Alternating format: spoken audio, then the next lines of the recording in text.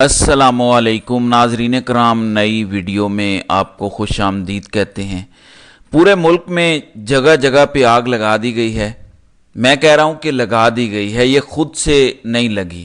پورے ملک میں ایک افراتفری پھیلائی جا رہی ہے۔ مکمل ٹیک اوور سے پہلے شاید کسی کو کچھ اور لاشیں چاہیے۔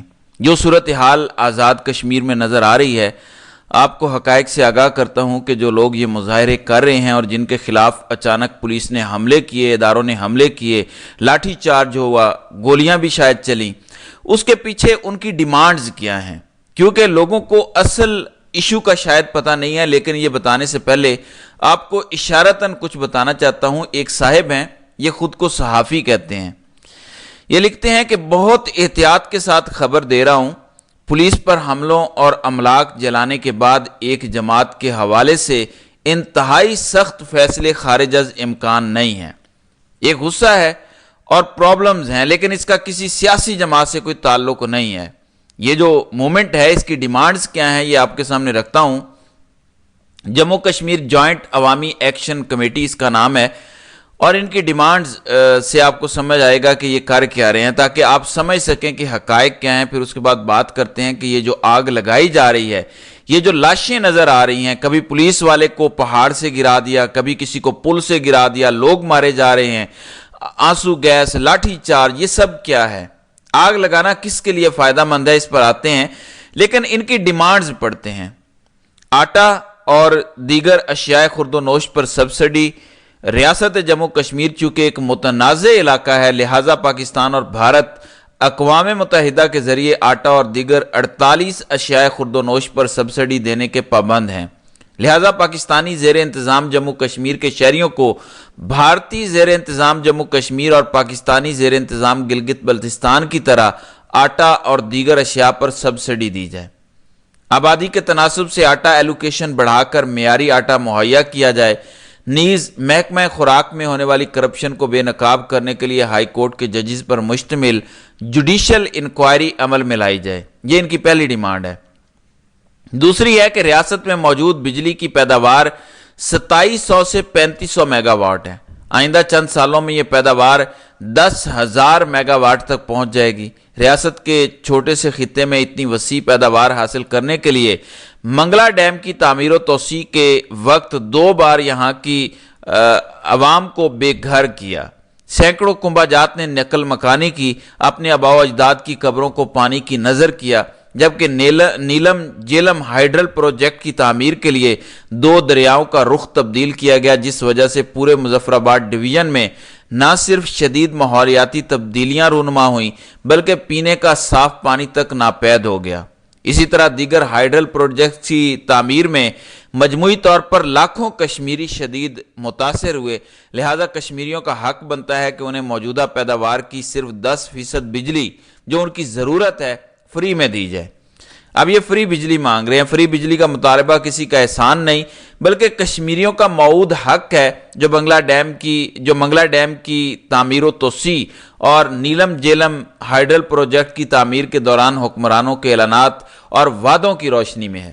ریاست میں پیدا ہونے والی کل بجلی کے لیے نیشنل گریڈ اسٹیشن کا قیام عمل میں لایا جائے اور اس خطے کو لوڈ شیڈنگ فری زون قرار دیا جائے۔